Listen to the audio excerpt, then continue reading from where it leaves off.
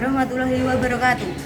Di sini kelompok B akan menjelaskan mengenai aksi masyarakat dan partisipasi masyarakat dalam upaya pemberdayaan komunitas. Sebelum kita mengetahui aksi dan partisipasi masyarakat, kita harus mengetahui apa sih itu pemberdayaan komunitas.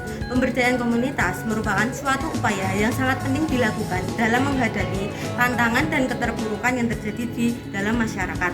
Dalam upaya ini, masyarakat diharapkan mampu berkembang dalam aspek kemandirian, kapasitas, dan kontrol terhadap kehidupan mereka sendiri. Nah, di sini aksi dan partisipasi masyarakat akan dijelaskan oleh teman-teman yang lain. Pendidikan terbagi menjadi dua jalur. Yang pertama ada jalur bidang pendidikan informal. Bidang pendidikan informal adalah bidang pendidikan yang terjadi sepanjang hidup, di mana setiap masyarakat memperoleh nilai dan keterampilan.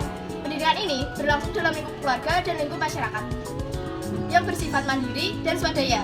Lalu yang kedua, ada bidang pendidikan non formal, yaitu bidang pendidikan yang bertujuan untuk melengkapi, mengganti, dan menumbuhkan pendidikan formal yang sebelumnya telah ada guna mendukung pendidikan sepanjang hayat.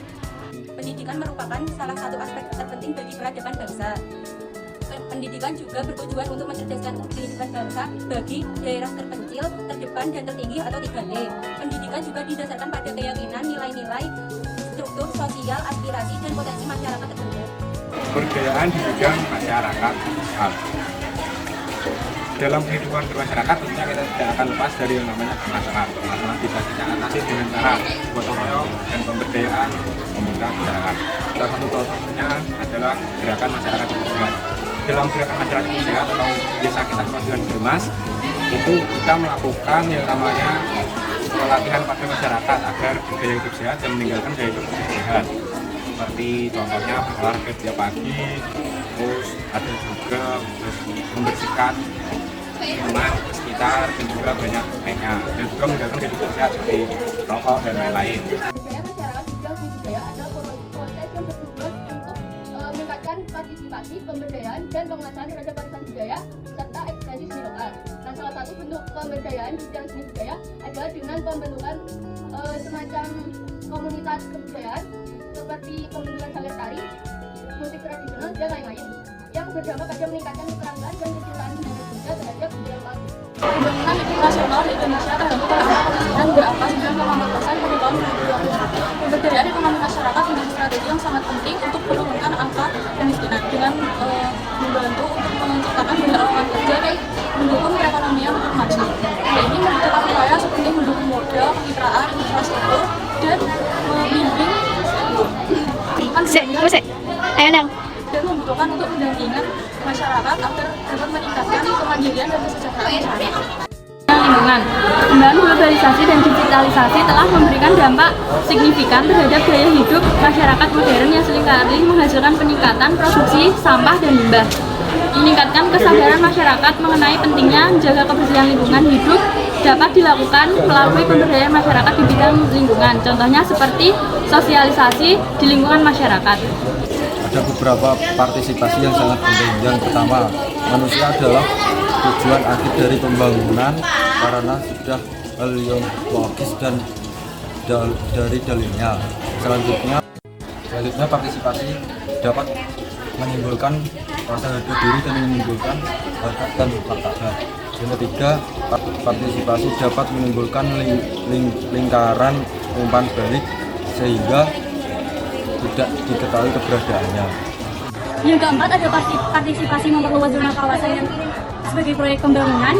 Yang kelima ada partisipasi dalam mengkondusifkan lingkungan masyarakat untuk pertumbuhan manusia. Yang keenam ada partisipasi hak demokratis individu untuk pembangunan mereka sendiri. Dan yang terakhir adalah partisipasi dalam pembangunan guna memenuhi pembangunan khas di daerah mereka sendiri. Dari pengembangan partisipasi komunitas dalam proses pembangunan, yaitu yang pertama, partisipasi akan memungkinkan masyarakat secara mandiri atau otonom mengorganisasi diri, dan dengan demikian akan memudahkan rakyat atau masyarakat menghadapi situasi-situasi sulit serta mampu menolak berbagai kecenderungan pembangunan yang merugikan.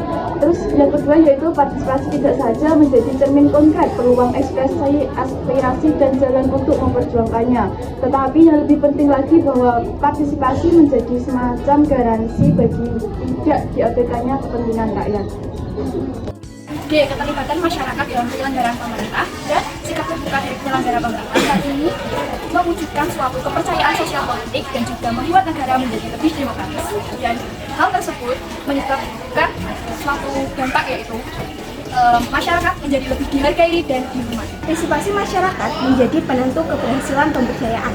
Ketika pemerintah sudah menentukan suatu pemberdayaan, maka komunitas harus berpartisipasi dalam hal tersebut.